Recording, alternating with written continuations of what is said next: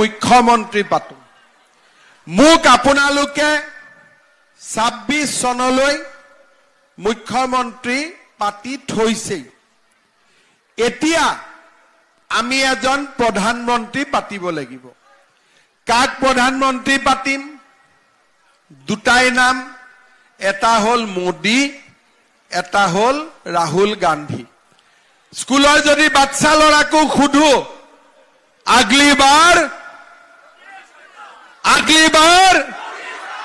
সকলোৱে জানে যে আমি নৰেন্দ্ৰ মোদীক প্ৰধানমন্ত্ৰী পাতিব লাগিব মোদীক আমি কেনেকে প্ৰধানমন্ত্ৰী পাতিম মোদীটো আমাৰ ইয়াত ইলেকশন উঠা নাই আমি মোদীক কেনেকে প্ৰধানমন্ত্ৰী পাতিম দিলীপ শইকীয়াক আমি যেতিয়া এমপি পাতিম তেতিয়া মোদী নিজে নিজে প্ৰধানমন্ত্ৰী হ'ব গতিকে আমাৰ প্ৰথম দায়িত্বটো হল প্ৰথম আমাৰ কৰ্তব্য হল পদুমৰ ছবিত ভোট দিয়া আৰু দিলীপ শইকীয়াক এমপি পাতা এইটো হল আমাৰ প্ৰথম আৰু প্ৰধান দায়িত্ব শ্ৰদ্ধা ৰাইজ আমি আমাৰ অসমখন নিজে দেখা পোৱা আৰু নিজে আমি চাব পাৰো আমাৰ ৰাজ্যখন ক'ত আছিলে আৰু বৰ্তমান আমাৰ ৰাজ্যখন ক'ত আছে তাক চাবৰ কাৰণে আমি বহুত বেছি দূৰলৈ উভতি যাব নালাগে মোদী ডাঙৰীয়া যেতিয়া ভাৰতৰ প্ৰধানমন্ত্ৰী নাছিলে তেতিয়া আমাৰ ৰাজ্যখনত বড়ো আন্দোলন আছিল আমাৰ ৰাজ্যখনত কাৰ্বি আন্দোলন আছিল চাহ বাগিচাত আন্দোলন আছিল প্ৰতিটো দিনেই ধৰ্ণা বন্ধ ধৰ্মঘট এখন অশান্তিৰ অসম আছিল শান্তি নাছিল কেতিয়াবা বোমা কেতিয়াবা গুলি কেতিয়াবা সাম্প্ৰদায়িক সংঘৰ্ষ বন্দুক আৰু গুলিৰ মাতত অসমলৈ বহাগ বিহু আহিছিল আজি 2024 চন অসমত এতিয়া বহাগ বিহু বন্দুকৰ শব্দত নাহে বোমাৰ শব্দত নাহে এতিয়া অসমত বহাগ আহে কুলি আৰু কেতেকীৰ মিঠা মাতত অসমত বহাগ আহে শ্ৰদ্ধা ৰাইজ শিক্ষাৰ পৰিৱেশ নিৰ্মাণ হল খেল মহাৰণ সাংস্কৃতিক মহাসংগ্ৰাম এটা আন্দোলন বিবৰ্জিত পৰিৱেশ ধৰ্ণা নোহোৱা হল ধৰ্মঘট নোহোৱা হল বন্ধ নোহোৱা হল গুলি নোহোৱা হল বোমা বিস্ফোৰণ নোহোৱা হল দালাল নোহোৱা হল এতিয়া অসমত দালাল বিচাৰি পাব কষ্ট হল আগতে চাকৰি পাবৰ কাৰণে মোৰ নিজৰ মনত আছে অংগনবাদী চাকৰি এটাৰ কাৰণে মানুহে 5-4 লাখ টকা ঘোষ দিছিল এতিয়া মই 1 লাখ চৰকাৰী চাকৰি দিলো কোনো দালালে 1 টকাও খাব নোৱাৰিলে 1 লাখ লৰা ছোৱালীয়ে চৰকাৰী চাকৰি পালে এতিয়া অসমত চাকৰি কোনে পায় ঠেলা চালকৰ লৰা ৰিক্সা চালকৰ লৰা দুখীয়া মানুহৰ লৰা ছোৱালী সবজি বেপাৰী লৰা ছোৱালী চাকৰি যেতিয়া ৰিজাল্ট দিয়ে টিভিত নাম বিলাক উলাই থাকে পুলিচত নতুনকৈ চাকৰি পোৱা লৰা ছোৱালী বিলাকক কেতিয়াবা অকলে থাকিলে খুধিব যে তহঁতৰ দেউতা মাই কি কাম কৰেও ৰিক্সা ঠেলা বন কৰা মানুহৰ লৰা ছোৱালী আজি দুখীয়া আৰু দৰিদ্ৰ মানুহে চৰকাৰী চাকৰি পায় মই যেতিয়া ইলেকশ্যনত কৈছিলো যে 1 লাখ চৰকাৰী চাকৰি দিম মানুহে মোক বিশ্বাস কৰা নাছিলে কিন্তু মই আজি 1 লাখ চাকৰি দি প্ৰমাণ কৰি দিলো যে ৰাজনীতি কৰা ব্যক্তিয়েও হসা কথা কয় আৰু কথা দি কাম কৰিব পাৰে শ্ৰদ্ধাৰ ৰাইজ নিবনুৱা যুৱক যুৱতীক কি লাগে পঢ়িলো শুনিলো চাকৰি এটা যদি পালো ঘৰখন বাচি যায় 1 লাখ লৰা ছোৱালীক আমি চাকৰি দিলো আজি মই আপোনালোকৰ ওচৰত ক'ব খুজিছো যে এই বছৰৰ ভিতৰতে মই আৰু 50,000 লৰা ছোৱালীক চৰকাৰী চাকৰি দিম 50,000 1 লাখ দিয়া হৈ গল আৰু 50,000 চৰকাৰী চাকৰি পাব কোনেও ঘোষ দিব নালাগে কাকো তেল মাৰিব নালাগে এতিয়া অসমত দুখীয়া আৰু মধ্যবিত্তৰ ৰাজত্ব চলিছে আগতে অসমত দালালৰ ৰাজ চলিছিল এতিয়া মোক কিছুমান দালালে বেয়া পায় কেইদিনমান আগতে ইলেকশ্যন হৈ গল মোক কিছুমানে ফোন কৰি আছে স্যাৰ আপুনি শিক্ষক ডাক্তৰ সকলোকে ইমান জোৰ কৰে স্কুলত যাবৰ কাৰণে কিছুমান শিক্ষকে আপোনাক ভোট দিয়া নাই নেকি মই কৈছো যে মই ভোটৰ কাৰণে ৰাজনীতি নকৰো দুখীয়া মানুহৰ লৰা ছোৱালী পঢ়া শুনা কৰি ডাক্তৰ ইঞ্জিনিয়াৰ হওক তাৰ কাৰণে মই ৰাজনীতি কৰো কোনোবাই ভোট দিলেও মোৰ আশীৰ্বাদ কোনোবাই ভোট নিদিলেও মোৰ আশীৰ্বাদ কিন্তু অসমৰ ৰাইজ যেতিয়ালৈকে মোৰ লগত আছে বিজেপিৰ চৰকাৰ হ'বই বিজেপি জিকিবই তাত কোনেও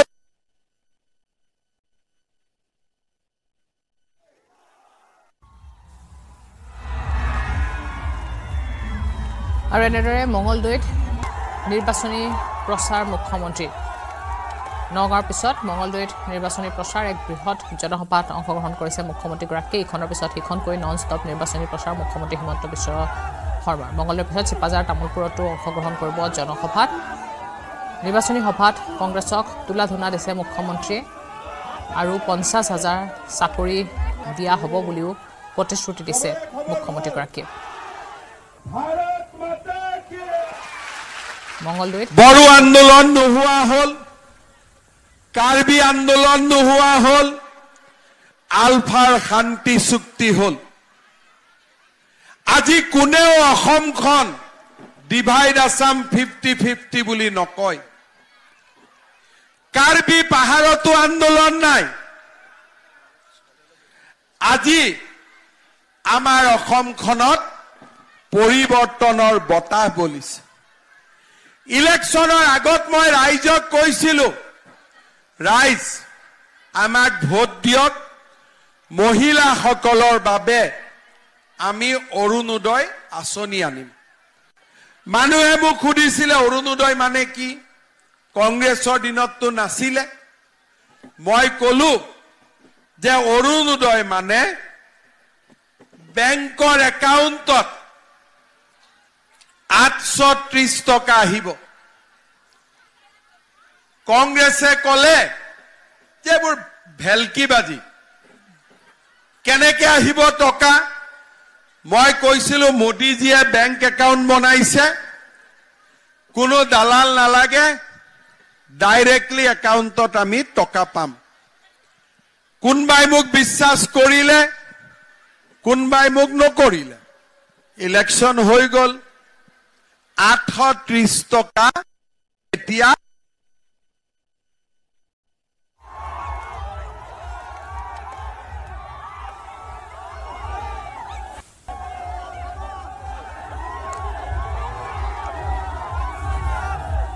নিৰ্বাচনী হয়নে আমি পোৱা নাই আপত্তিটো হল এইটো কোনে কোনে পাই আছে হাত ডাঙক কোনে কোনে নাই পোৱা হাত ডাঙক এতিয়া মোক কোনবা ইনান কৈ আছে স্যাৰ পোৱা বিলাকক হাত নুঠাব বোলে কিয় কবাত কাটা যাব পাৰে নহয় এই কাৰণে আমি হাত উঠাব বেয়া পাওঁ এতিয়া যাৰ যাৰ অৰুণোদয় নাই তাক অৰুণোদয় লাগিব নে নাই নালাগে নেকি হা হসাই লাগিব খাটাং লাগিব অৰুণোদয় পালে অৰুণোদয় টকাটো ঘৰৰ কামত আহে নে অলপ হলেও আহে অলপ আহে আৰু প্ৰত্যেক মাহতে আহে নে অৰুণোদয় আহে আৰু যিবিলাকৰ নাহে তেওঁলোকৰ মনটো বেয়া লাগি থাকে নে নাই অলপ বুকুত মনটো বেয়া লাগি থাকে নহয় এটা বেয়া লাগাটোতো নোহোৱা কৰিব লাগিব নে কি আচ্ছা ৰেশন কাৰ্ড সবৰে আছে না হাত ডাঙক আছে বাইদেউ আপোনাৰো আছে ঠিক আছে এতিয়া এইবাৰ আপোনালোকৰ কি হ'ব যাৰ যাৰ ঘৰত ৰেশন কাৰ্ড আছে সকলোৱে এটা এটা অৰুণোদয় আপোনালোকে এইবাৰ পাই যাব ৰেশন কাৰ্ডখন কিন্তু থাকিব লাগিব আছে নে নাই আৰু মোক ঘোষ দিব লাগিব ভোট দিব খাটাং কিন্তু ভোটটোতো মোদীজীকহে দিব মোক যেতিয়া আপোনালোকে লগ পাব অহাবাৰ ঘোষ হিচাপে মোক ভাল কৰি নাৰিকল লাৰু কেইটামান খুৱাব লাগিব হ'ব মোৰ ঘোষ এইটোৱে আৰু বেলেগ ঘোষ নালাগে হ'ব তো এইবাৰ আপোনালোকে বুজি লওক যে যি পৰিয়ালত অৰুণোদয় নাই এই বছৰৰ ভিতৰতে বছৰ যাব নালাগে মাহৰ ভিতৰতে আমি আপোনালোকক সকলোকে এটা এটা অৰুণোদয় আঁচনি দি দিম হ'ব অহাবাৰ যেতিয়া মই আহিম তেতিয়া মই খুদিম অৰুণোদয় কাৰ কাৰ আছে তেতিয়া লাজ নকৰিব সবে হাত তুলি দিব কাৰণ সবে পাই থাকিব হয় নে নহয় এতিয়া অলপ পোৱাবিলাকে হাতটো উঠাব অলপ ভয় কৰে কি জানি কাটা যায় মোৰ হয় না শ্ৰদ্ধা ৰাইজ লাখপতি বাইদেউৰ ফৰ্ম কোনে কোনে ফিল আপ কৰিছে সবে কৰিছে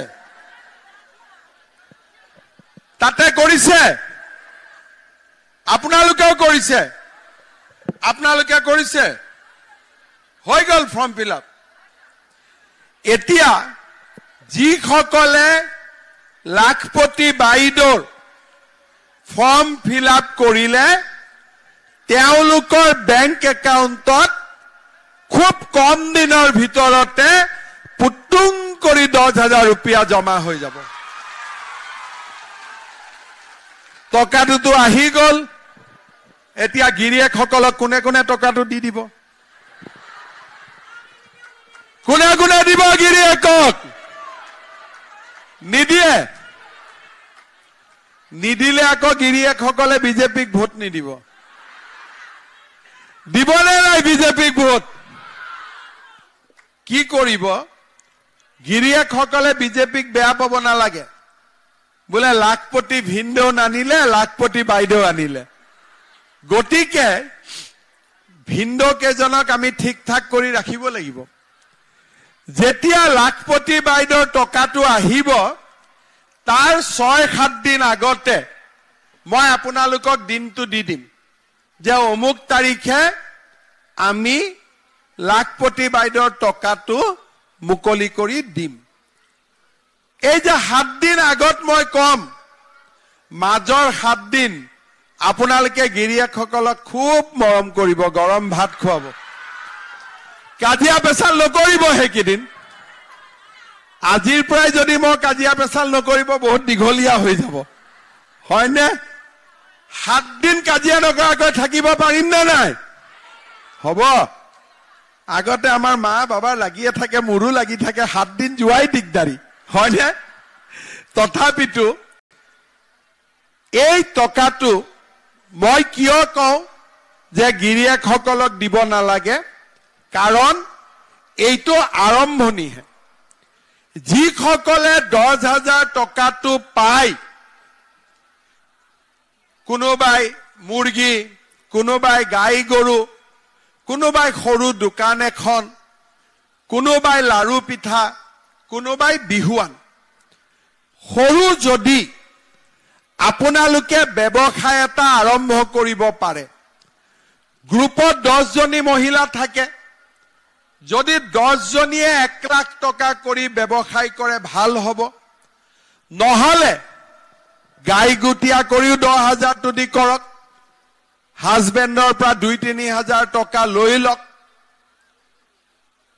এই 10,000 টকাৰ যোনে যোনে ভাল ব্যৱহাৰ কৰিব তেওঁলোকক মই আকৌ 25,000 টকা তেওঁলোকৰ মই বেংক একাউণ্টত দিম। প্ৰথমতে 10,000, পৰৱৰ্তী পৰ্যায়ত 25,000। আৰু এটা আমাৰ অসমত জোট আছে, সেইটো হ'ল প্ৰধানমন্ত্ৰীৰ ঘৰৰ জিঅ' টেগিং। পঞ্চায়তৰ মানুহবিলাক এনেই ভালেই, কিন্তু 2-এজন গণ্ডগোলীয়াও আছে। যেতিয়া ঘৰৰ জিঅ' টেগিং কৰিব যায় সিহঁতক পইচা লাগে, হয়নে? হয়নে নহয়? এইবিলাকে মোক বেয়া পায়। আপোনালোকে দিলে হাত চাপৰি মাৰি, এতিয়া জিঅ' টেগিং কৰাকেইটাই বিজেপিক ভোট নিদিব বোলে ছাৰে আমাৰ কথা কৈ আছে। ভেজাল তাতেই, কিন্তু সঁচা কথাটো সঁচা বুলি ক'ব লাগিব। জিঅ' টেগিং কৰোঁতে পইচা লয় নে নলয়? লয়। এইবাৰ মই এটা নতুন নিয়ম কৰিব খুজিছো, কাৰণ দালাল অসমত শেষ কৰিবই লাগিব। আৰু সেইকাৰণে এইবাৰ প্ৰধানমন্ত্ৰী আৱাস যোজনাৰ ঘৰৰ জিঅ' টেগিং পঞ্চায়তে নকৰে, মহিলা আত্মসহায়ক গোটে কৰি দিব। গ্ৰুপবিলাকক আমি ট্ৰেইনিং কৰাম, নিজৰ ঘৰৰ জিঅ' টেগিং নিজে কৰি দিব, ঘৰৰ হাজবেণ্ডেও সহায় কৰিব, কাকো 20,000ও দিব নালাগে, 500ও দিব নালাগে। ডাইৰেক্টলি মোদীজীয়ে ঘৰ দিব, টকা আপোনালোকৰ বেংকৰ একাউণ্টত আহি যাব। শ্ৰদ্ধাৰ ৰাইজ, আমাৰ অসমখনত এই যিমান ব্যৱস্থা আছিল মই লাহে লাহে তাক ঠিক কৰি কৰি আনি আছো। মেট্ৰিকৰ ৰিজাল্ট দিলে, মঙলদৈত ল'ৰা ছোৱালীয়ে পৰীক্ষা পাছ কৰিছে নে নাই? কৰিছে। এতিয়া মেট্ৰিকৰ ৰিজাল্ট দিলে, 4 লাখ ল'ৰা ছোৱালীয়ে মেট্ৰিক পৰীক্ষা দিলে, পাছ কৰিলে 75%। তাৰ মানে 3 লাখ ল'ৰা ছোৱালী। মাজতে কোনোবাই ভয় খুৱাইছিল যে মেথছৰ পেপাৰখন টান হ'ল, পৰীক্ষাৰ ৰিজাল্ট বেয়া হ'ব, কিন্তু ভগৱান আছে, 75% ল'ৰা ছোৱালীয়ে মেট্ৰিক পাছ কৰিলে। এতিয়া ল'ৰা ছোৱালীবিলাকতো কলেজত যাব লাগিব, বহুতে কলেজত নাযায়। 1 লাখ ল'ৰা ছোৱালী কলেজত যায়, 2 লাখ ল'ৰা ছোৱালী কলেজত নাযায়। কিয় নাযায়? এডমিশন ফিজ লাগে 15,000 টকা। চৰকাৰে যদি এডমিশন ফিজ বিনামূলীয়া কৰি দিয়ে, তাতো কলেজবিলাকে এটা চিষ্টেম উলিয়াই 4-5 হাজাৰ টকা লৈয়ে লয় বোলে।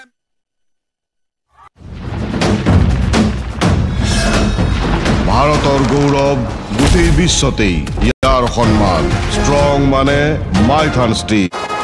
ঘৰত যি বৰ লাগে কাৰেণ্ট জ্বলে, মই এনেকে হাতত ড্ৰ কৰি থাকো। আৰু কেতিয়াবা মই পয়েমছ লিখো, পয়েমছ আৰু ষ্টৰিজ। মোৰ মায়ে কয় পয়েম এটা লিখি দিওঁ আৰামছে। ককাৰ প্ৰতি থকা আইতাৰ ভাল পোৱা,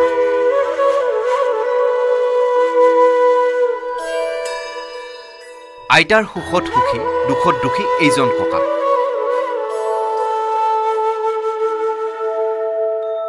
90 বছৰ বয়সতো ককাৰ প্ৰতি মৰম কমা নাই আইতাৰ।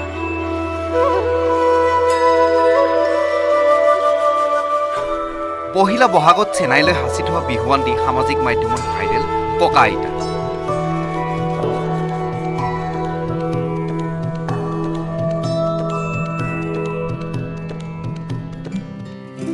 বিবাহ পাশত আবদ্ধ হোৱা দিনৰে পৰা আজিৰ দিনটোলৈকে এনেদৰেই একেলগে জীৱন যাপন কৰিছে বৃদ্ধা দম্পতীয়ে।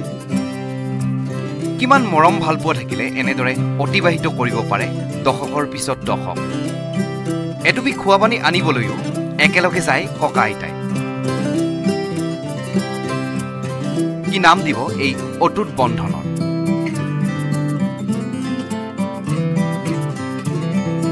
বঙাইগাঁও বৈতামাৰীৰ নিকটৱৰ্তী ৰঘুনন্দনপুৰৰ ককা গিৰীশ চন্দ্ৰ বৰ্মন আৰু আইতা অৰুণাপ্ৰিয়া বৰ্মন 2001 চনতে প্ৰাথমিক বিদ্যালয়ৰ শিক্ষক হিচাপে অৱসৰ গ্ৰহণ কৰিছে গিৰীশ চন্দ্ৰ বৰ্মনে। 2 পুত্ৰ আৰু কন্যা সন্তানৰ সৈতে এখন সুখৰ সংসাৰ আছে ককা গিৰীশ চন্দ্ৰ বৰ্মনৰ। মোৰ 7জন ঘৰত 6জন আৰু 1জন বাহিৰা 7জন কাম কৰে চিয়াৰপিত হাবিলদাৰ কৰে কেৰেলাত গেছে। 1964 চনতে বিবাহ পাশত আবদ্ধ হোৱা ককাৰ পূৰ্বৰ দৰে আছে মৰম আৰু ভালপোৱা। অতীতৰ দিনৰ বিহুৰ কথাবোৰ ৰোমন্থন কৰি নষ্টালজিক হৈ পৰে ককা আইতাই। ককা আইতাৰ মতে পূৰ্বৰ তুলনাত বৰ্তমানৰ বিহু বহুখিনি সলনি হৈছে। আগৰ বিহু আৰু এতিয়াৰ বিহু কিবা পাৰ্থক্য দেখিছেনে? পাৰ্থক্য আছে। আগৰ নাই এইবিলাক সম্বৰ্ধনা নাছিল। আজি কেইবছৰ মানে আগৰ পৰা আগৰ নাছিল, এইগিলা নাছিল। যোৱা বছৰ ছোৱালীক চাকৰি চৰকাৰত 30% ৰিজাৰ্ভেশ্যন থাকে। এই যে মই ক'লো 50,000 চাকৰি ওলাব, তাৰ ভিতৰত 15,000 অকল ছোৱালীৰ কাৰণেই থাকিব। সেইকাৰণে প্ৰত্যেক দেউতাক মাকে ছোৱালীজনীক পঢ়াবৰ কাৰণে চিন্তা কৰিব লাগে। মোৰো ঘৰত ছোৱালী আছে। লৰাই দেউতাক মাকৰ কথা যিমান চিন্তা কৰে, ছোৱালীয়েও দেউতাক মাকৰ কথা সিমানেই চিন্তা কৰে। মই নিজে এই কথা ক'ব পাৰো। শ্ৰদ্ধা ৰাইজ, মোদীজীয়ে আমাক চাউল দিয়ে 5 কেজি বিনামূলীয়া। বেমাৰ হলে আয়ুষ্মান ভাৰতৰ কাৰ্ড আছে, 5 লাখ টকালৈকে আমি বিনামূলীয়া ট্ৰিটমেণ্ট পাওঁ। মোদীজীয়ে আমাক উজ্জ্বলা গেছ দিছে, বজাৰতকৈ 300 টকা কম দাম। আৰু মোদীজীৰ আশীৰ্বাদত আমি আপোনালোকক অৰুণোদয় দিছো। লাখপতি বাইদেউ আৰু আমি কলেজ স্কুলত এডমিশন বিনামূলীয়াৰ পৰা আৰম্ভ কৰি নতুন নতুন আঁচনি। ৰাজ্যখনলৈ শান্তি আহিছে, শিক্ষাৰ পৰিৱেশ নিৰ্মাণ হৈছে আৰু আমাৰ ৰাজ্যখনত বসুন্ধৰা আঁচনিৰ জৰিয়তে খিলঞ্জীয়া লোকসকলে মাটিৰ পট্টা পাইছে। আজি অসমৰ চাৰিওফালে উন্নয়নৰ এটা নৱ জাগৰণ হৈছে। চাংচাৰিত এইমছ, জিলাই জিলাই মেডিকেল কলেজ, অসমমালাৰ ৰাস্তা। কেইদিনমান আগতে মঙলদৈত আমি আহিছিলো। মঙলদৈত বাইপাছ ৰাস্তাৰ কাম আৰম্ভ হল। খুব কম দিনৰ ভিতৰতে বাইহাটা চাৰিআলিৰ পৰা তেজপুৰৰ ৰাস্তা